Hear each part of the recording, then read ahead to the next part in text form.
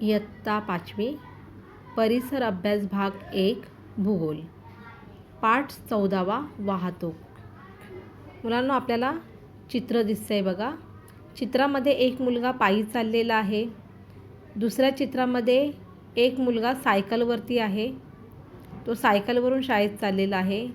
आणि तिसऱ्या चित्रामध्ये आपल्याला एक मुलगा आणि पुढे गाडी चालवताना एक माणूस 4 पायी वाहनामध्ये दिसत आहे. मुलांनो, आपण एक प्रयोग करूया. तुमच्या घरापासून साधारणपणे 1 किलोमीटर अंतरावर असणारे मित्राचे किंवा मैत्रिणींचे घर, बगीचा, दुकान, शाळे इत्यादींपैकी एक ठिकाण निवडा. निवडलेल्या ठिकाणापर्यंत पहिल्या दिवशी चालत जा. 2 दुसऱ्या दिवशी सायकलवर जा आणि तिसऱ्या दिवशी स्वयंचलित वाहनाने जा. हे करत असताना तुमचे शाळेचे दप्तर नेहमी सोबत ठेवायचं. तीनही प्रवासांसाठी एकच मार्ग वापरा. आता खालील मुद्द्यांच्या आधारे वहीत नोंद करा. 1 तिन्ही दिवशी प्रवासास लागणारा वेळ बघायचा. 2 कोणत्या प्रवासात सर्वात जास्त व कोणत्या प्रवासात सर्वात कमी वेळ लागला. 3 कोणत्या प्रवासात तुम्हाला स्वतः साहित्य वाहून न्यावे लागले.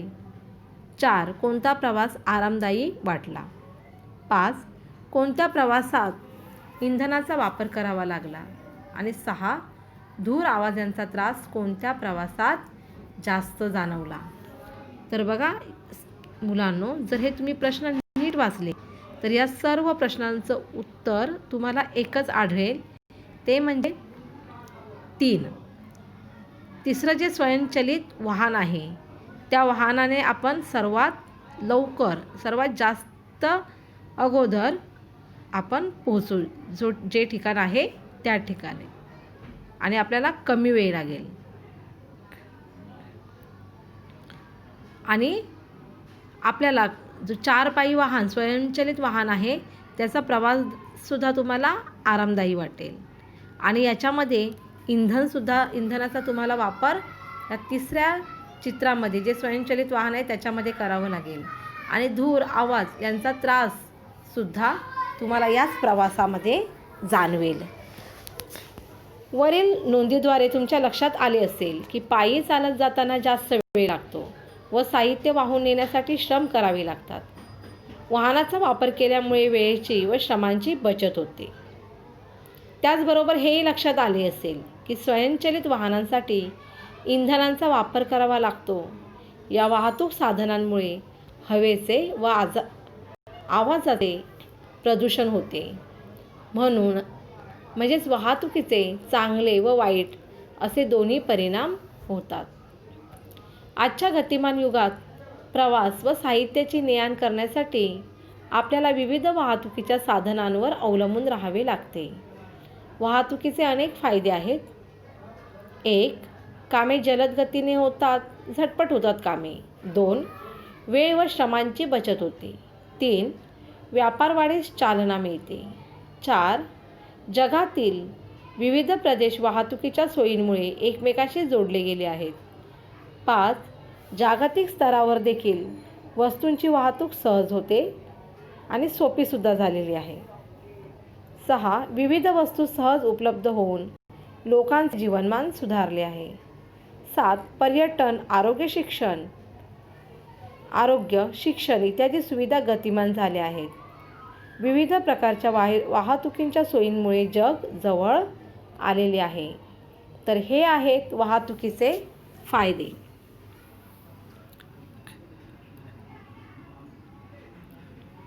सांगा पाहू चे फायदे या वर्गात आपल्याला चर्चा करायची आहे तुम्हाला. आणि बघा, सांगा पाहू तुम्हाला चित्रामध्ये काय काय दिसतंय. चित्राचे निरीक्षण करायचे आणि खालील प्रश्नांची जी उत्तरे आहेत ती वहीमध्ये लिहायची आहेत. 1 चित्रातील मुले कुठे थांबली आहेत. बघा तुम्हाला दिसत आहेत. 2 तिथे ती कशासाठी थांबली असावी. 3 चित्रातील मुले काय करत आहेत. 4 त्यांना कशामुळे त्रास होत असावा. बघा मुलांनी कानावरती हात धरलेले आहेत, म्हणजे नक्कीच त्यांना वाहनांचा त्रास होत असणार. वाहनांच्या आवाजाचा त्यांना त्रास होत असणार. आणि मुले सिग्नलच्या पलीकडे थांबलेली आहेत, कारण मुले गाडी थांबण्याची वाट पाहत आहेत. रस्त्याच्या कडेच्या व रस्त्यापासून दूरवर असलेल्या वनस्पतींमधील फरक पुढील मुद्द्यांच्या आधारे नोंदवा. पानांचा तजेलदारपणा म्हणजे टवटवीतपणा, पानांचा रंग आणि वनस्पतीचे स्वरूप. जर मुलांनो तुम्ही जर नीट निरीक्षण केलं तर रस्त्याच्या कडेला जी झाडे असतात ती आपल्याला झाडे कधीही टवटवीत दिसत नाहीत.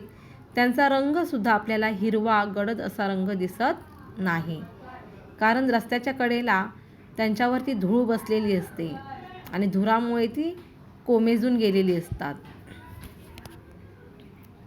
या निरीक्षणावरून तुमच्या लक्षात आले असेल की वर्दळीच्या रस्त्यावर वाहनांची ये-जा सतत चालू असते. इंधनांच्या ज्वलनामुळे वाहनातून सातत्याने धूर व काही विषारी वायू सोडले जातात. त्यामध्ये प्रामुख्याने कार्बन मोनॉक्साईड, नायट्रोजन डायऑक्साईड व सल्फर डायऑक्साईड हे वायू असतात. तसेच धुरावाटे, कार्बन, शिसे यांचे सूक्ष्म कण बाहेर पडतात व हवेत मिसळतात. या घटकांचा अतिरेक झाल्यास परिसरातील हवेची गुणवत्ता कमी होते. याला आपण हवेचे प्रदूषण असे म्हणतो. मुलांनो, हवेचे प्रदूषण म्हणजे काय तुम्हाला समजलं असेल. हवेच्या प्रदूषणामुळे प्राणी व वनस्पतींवरती सुद्धा परिणाम होतात. बघा, या चित्रामध्ये तुम्हाला एक मुलगा डोळे चोळताना दिसतो आहे आणि मुलगी दाखवलेली आहे ती कानांवरती हात ठेवले, तिने गच्च कान बंद केलेले आहेत. तर आपण बघूया हवेच्या प्रदूषणामुळे प्राणी व वनस्पतींवरती कोणते परिणाम होतात ते.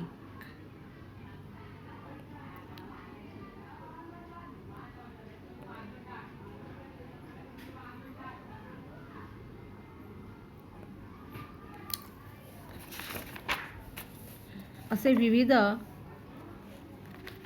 प्रदूषणामुळे आपल्याला ह्या सगळ्या गोष्टींना सामोरं जावं लागतं आणि त्यामुळे आपल्याला विविध आजारसुद्धा होतात. श्वसनाला डोळे व फुफ्फुसांचे विकार होतात. उदाहरणार्थ डोळे जळजळणे यासारखे. झाडांची पाने करपतात व गळतात. बघा, झाडांवरती काय परिणाम होतात तर झाडांची पाने करपतात व गळतात. कोंब म्हणजेच अंकुर जळतात. झाडांची वाढ व विकास खुंटते.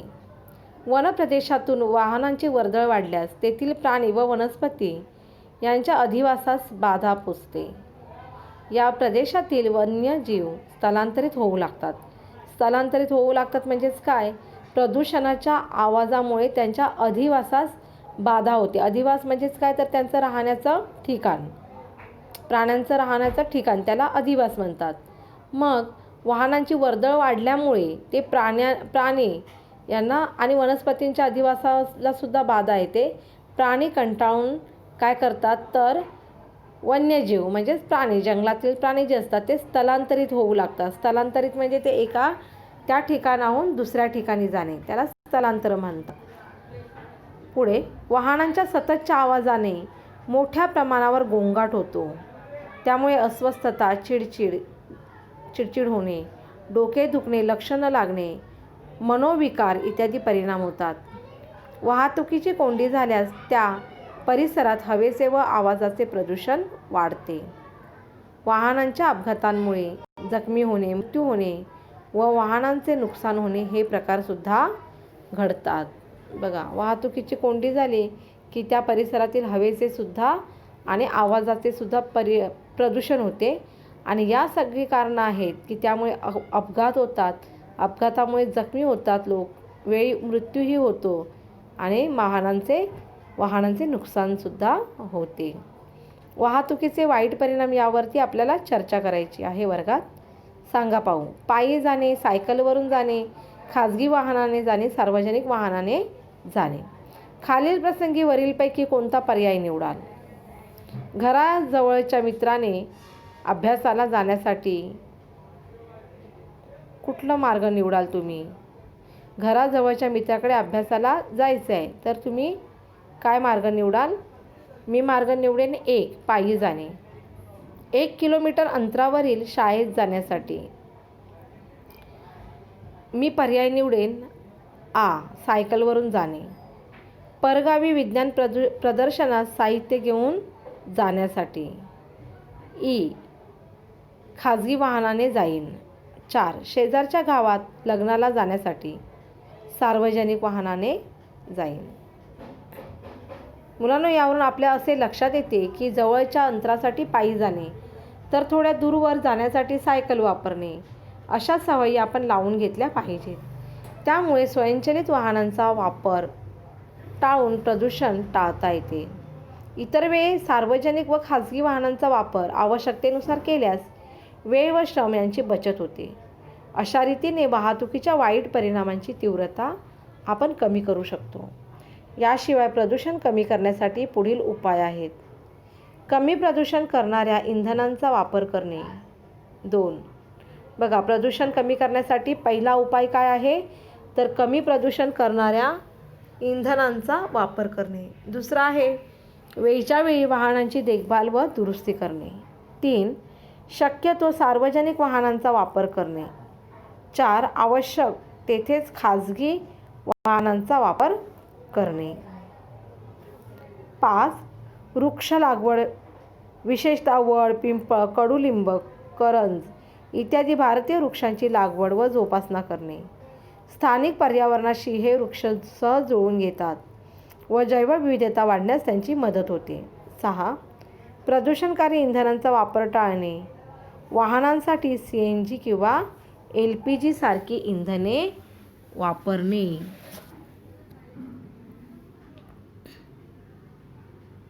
वाहतुकीच्या प्रदूषणावर उपाय यावरती वर्गात चर्चा करायची आहे. हे नेहमी लक्षात ठेवायचे मुलांनो. आपले पर्यावरण संवेदनशील असते, त्यामुळे पर्यावरणावर प्रदूषणाचे विघातक परिणाम होतात. विघातक म्हणजेच वाईट परिणाम. ते आपल्यासह सर्व सजीवांसाठी हानिकारक असतात. प्रदूषण टाळणे अत्यावश्यक आहे. माहीत आहे का तुम्हाला, आजच्या आधुनिक युगात आपण इंधनावर चालणारी वाहने, जहाजे व विमाने वापरत आहोत. यापूर्वी वापरात असलेली जहाजे अशा प्रकारच्या यंत्रावर चालत नसत. ही जहाजे वाऱ्याच्या वेगाचा वापर करून चालवली जात असत. त्यांना शिळाचे गलबत किंवा जहाज म्हणत.